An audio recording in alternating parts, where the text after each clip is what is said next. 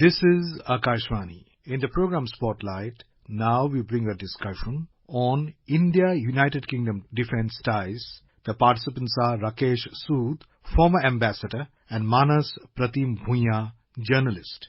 Ambassador Sood, Defence Minister Rajnath Singh paid a 3-day visit to the United Kingdom, which is seen as very significant to further expand bilateral defence and security cooperation between India and the United Kingdom. In an announcement that signals the growing importance of strategic relationship between the UK and India, British Defence Secretary Grant Shapps on Wednesday announced the UK's plan to send its littoral response group to Indian Ocean region later this year, which plans for Carrier Strike Group to visit the Indian Ocean region in 2025. How do you see these announcements by British Defence Secretary Shapps?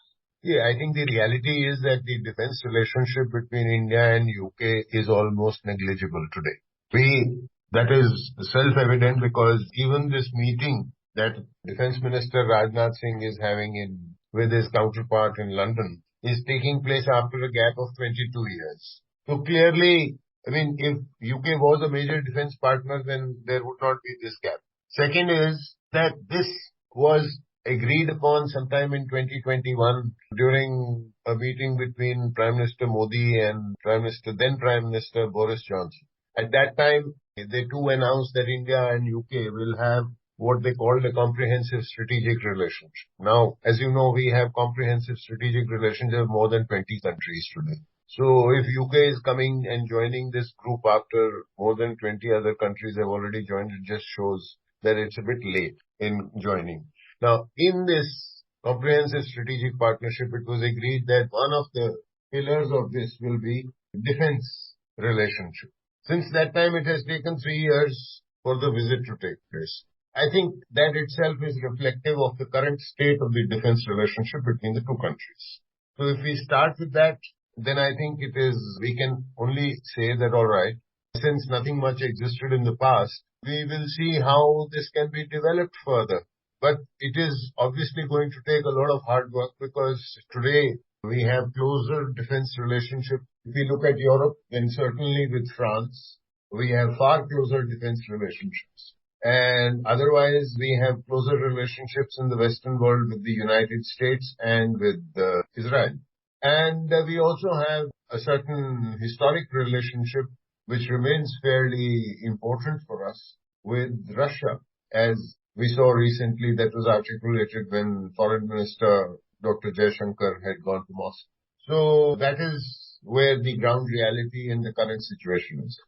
Ambassador Sood, even if the ground reality is not that encouraging and the cooperation has not been that great actually in the last few years, but still do you see a kind of intent to now begin the relationship and expand it further? Because the British Defence Secretary stressed that the relationship between UK and India in the field of defence is not transactional and instead both countries are natural partners with many commonalities and shared goals. So do you see Defence Minister Rajnath Singh's visit to London is a starting point from where the two sides can actually take forward the cooperation in concrete terms in specific areas, including defence industrial cooperation, under which both sides plan to develop military hardware as well as important military platforms? How do you see it? It is a starting point, that's all.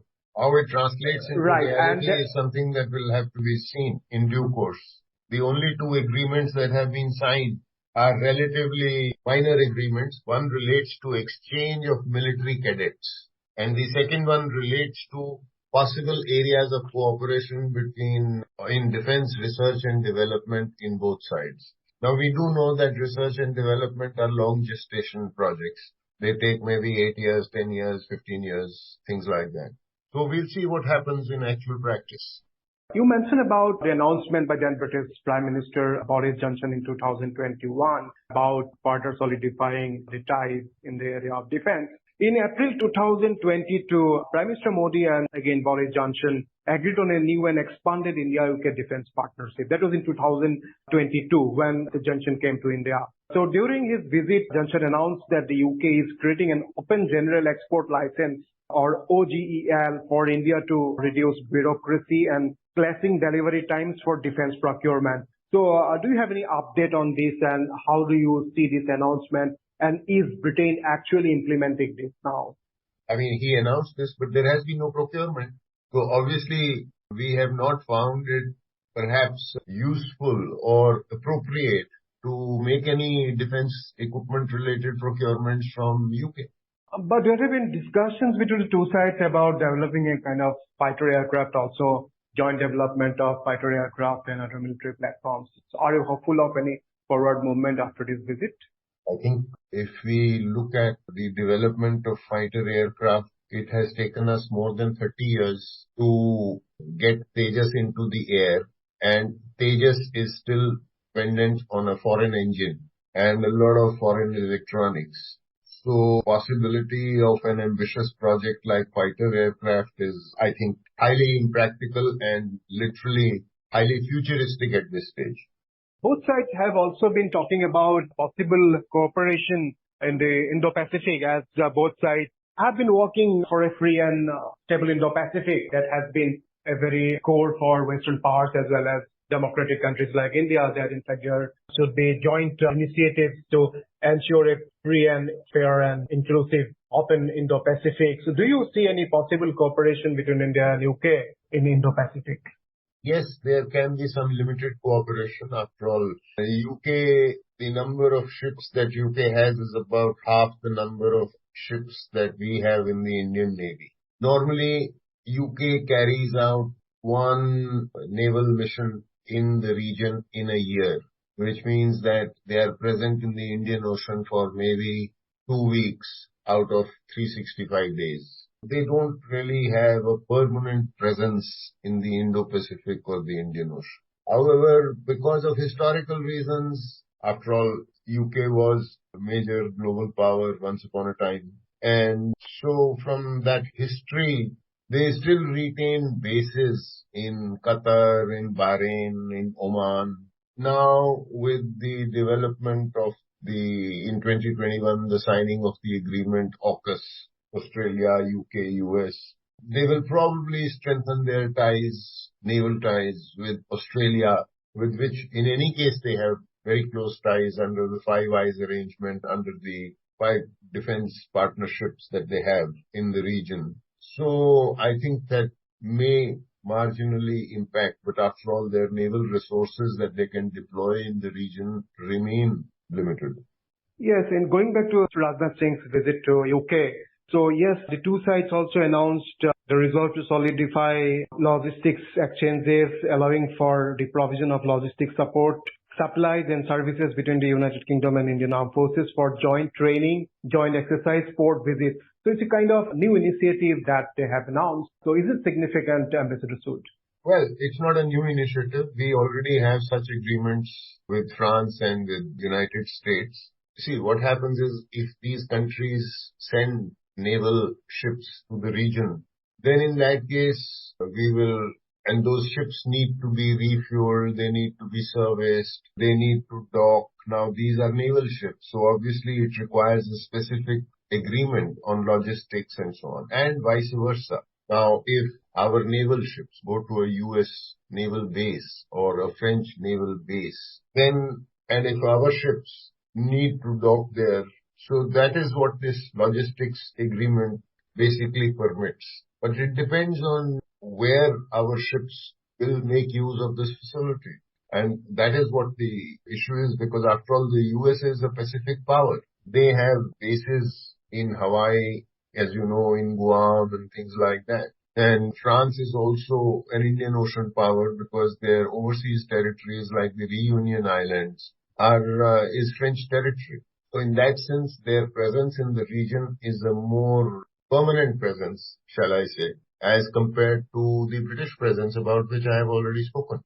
Ambassador Sood, Prime Minister Narendra Modi and then British Prime Minister Boris Johnson in 2021 in a virtual summit agreed on a 10-year roadmap for expansion of India-UK overall bilateral ties, including areas of defense. So is it moving forward? What is your assessment? Yes, defense is one part of those roadmap. I think another important part of that roadmap is trade. And we have had 13 rounds of talks on the free trade agreement between India and UK. We will see whether this is going to be concluded, and if so, for UK also it is extremely important because UK is no longer part of the European Union. They walked out of the European Union after the Brexit vote. And so naturally they are interested in developing bilateral trade agreements with as many countries as possible. And they have already done so in terms of the CPTPP. They have already joined, which is one of the large trade agreements, global trade agreements. And they've been having talks with us for the last 2 years on the India-UK FTA. This was also taken up between Prime Minister Rishi Sunak and Prime Minister Modi recently. The last round of talks on the FTA, I think, took place in December of last year. So that is a major chunk. The diaspora obviously is hugely important. We have a large Indian diaspora they have their own concerns. And we have some concerns regarding the activities of the Khalistanis in UK. If you remember recently, our High Commissioner in UK was prevented from going to a Gurdwara, and he actually didn't get out of his car because there was perceived to be a security threat when he went to visit a Gurdwara outside London. These are some of our concerns. Some of these concerns obviously will need to be addressed in order to develop the relationship as was envisaged in the roadmap that was concluded in 2022. Ambassador Sood, when you look at India-UK Defence Cooperation, the renewed push to begin it and then to expand it later has started at a time when we have seen geopolitical upheavals, including the conflict in Ukraine, the situation in West Asia, and in our neighborhood also we have seen an increasingly assertive China. In the context of the current geopolitical turmoil, what is the significance of India-UK defence and strategic cooperation? The significance is that after all, we have had a historic relationship with the UK. After all, Britain was the colonial power in India. And after 1947 till for the first roughly about 20 years, all our defense equipment, literally all our defense equipment, was of British origin. But after the first 20 years, over the last 50 years, that percentage of equipment has gradually gone down. And we have found it more useful to have defense relationships with other countries. And the UK is obviously wanting to develop that relationship, and we would like to diversify our sources. So both sides will explore as to how much they can benefit from this. But we are starting from literally a zero level. In fact, it is evident from the fact that for many years we used to have a DRDO office in the Indian High Commission in London. And a few years ago it was closed down. And the DRDO decided that it was more useful for them to have such an office in France, in Paris, in the Indian Embassy in Paris. We used to have brigadier level military attaché, air commodore level air attachés and naval attachés, and so on. And over a period of time, we lowered the levels in London to bring them down instead of from a one-star level to a colonel level. So it just shows that over the years, there has been almost a negligible relationship in the defense sector between India and UK. It has disappeared. There were other aspects of our relationship, political aspects, the diaspora aspects, the trade aspects, and the historic ties. But other than that, and of course, UK remains a major investor in India, and a large number of Indian companies have massive investments in UK.